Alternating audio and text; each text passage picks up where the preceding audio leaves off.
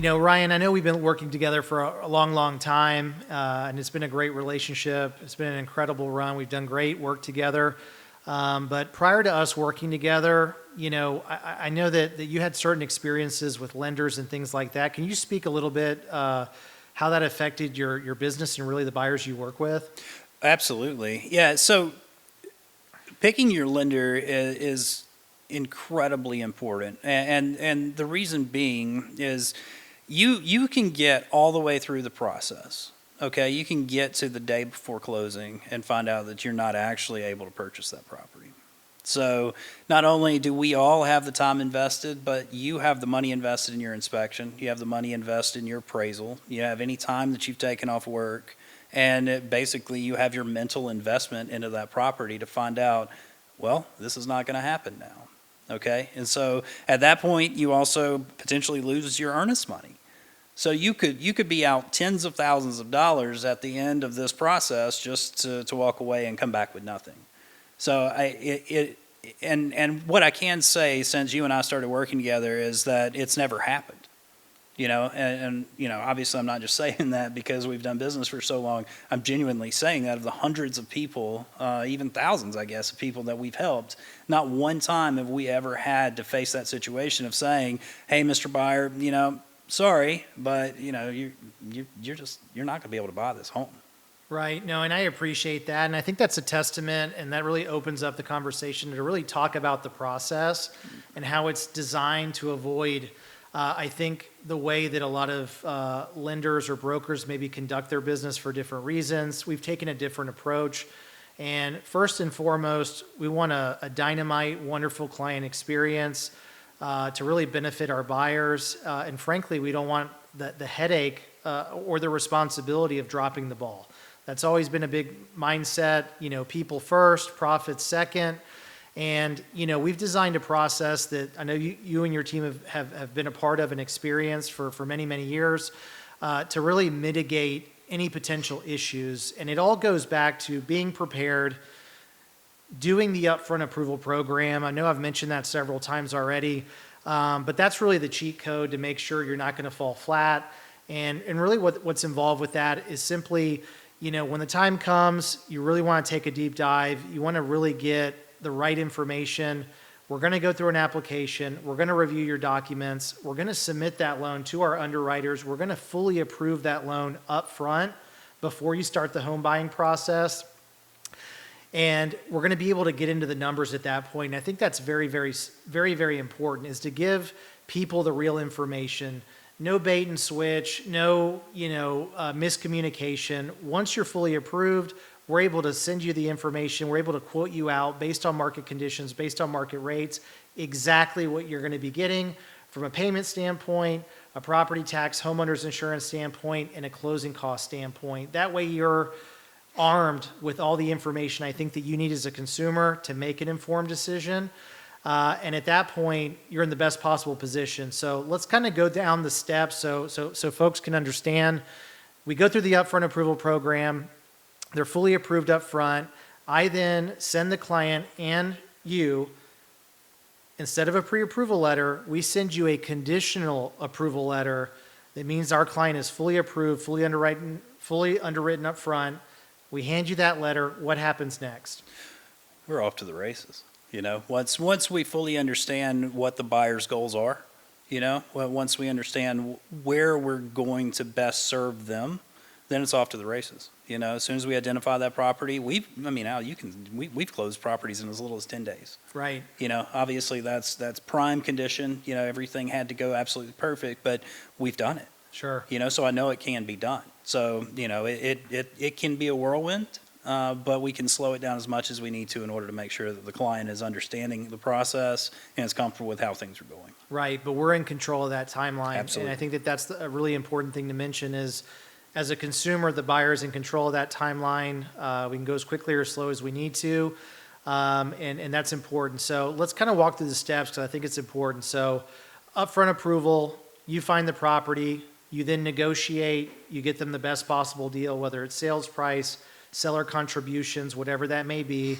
Once that happens and me and my team receive that executed sales contract where everybody signs, At that point, we finish the final couple steps. And mind you, up until this point, we've basically done 85% of the transaction up front, so we're already way ahead of the game. And once we get that contract, we're doing several things. So the first thing that we do is we're going to order that home inspection. Right. Okay? We're going to let that play out, and depending on what comes back with that, if there's any issues, you negotiate, correct, like we've talked about. Right. If everything's clean on it, then we order the appraisal. That way, if there is an issue with the inspection, the borrower is not out that appraisal money. And I do want to mention that there are some changes with the way that we're able to approve these loans. So we are seeing with qualified buyers, depending on where that property is located, we are seeing appraisal waivers in a lot of cases, even with lower down payments than 20%. So there's been a rule change that's about to take effect that with 10% down, we're going to start to see more appraisal waivers. Once we get the appraisal out of the way, it's the title work for the property and the homeowner's insurance. We collect those four things. We go back to the underwriter, and at that point, the loan is clear to close. What happens after that? So we will schedule a time with title in order for us to all meet and go through the closing process. Simple process. The advantage, what I can say, working with you, is that typically the money's there, right? Sure. So you hear all of these stories of I sat at the closing table for hours on end, and sometimes it gets bumped to the next day. What I can say is that working with you and your team is that the money is typically there. We can sit down, depending how quickly the title officer can work through it, and we can be in and out in an hour. Right. No, and that's another good thing to mention, a good strategy that we follow. So our idea is always to front run the process. The loan's going to be clear to close well in advance of the closing date. And really the advantage of doing that is it does give the buyer peace of mind that they can begin the process of dealing with movers. They can deal with utilities, things like that. That way they know the loan is basically guaranteed at that point. And then 24 hours before closing, they're sending their wire for their down payment and closing costs to the attorney. That way on the day of closing, it's a very simple process. Matter of fact, they're signing that closing disclosure 3 days before closing, which are the final numbers. They sign off on that. They're comfortable with it. And the day of closing is frankly a formality. The numbers are exactly the same. They show up. They sign on the dotted line. The money's there. That loan is then consummated. It's funded. Title is transferred to the buyer, their owners at that point. And just to backtrack a little bit more, prior to closing, you do a final walkthrough on the home, correct? Oh, absolutely. Talk about that a little bit. Yeah, so we'll schedule it either the day of or the night before for our final walkthrough, just to make sure that if we did agree to any repairs that the seller would do, those repairs have been completed. Before then, we would have already received the receipts. So the only thing we're really looking for is the quality of the work to make sure that it's been completed, that no items have been removed Right. that are a big deal, because in the process, and we should touch on this, that you do usually have a seller's property disclosure, and this is something else that we go over with our clients, is that disclosure is going to tell us if there's been any major issues, major repairs, what's going to stay with the property after closing.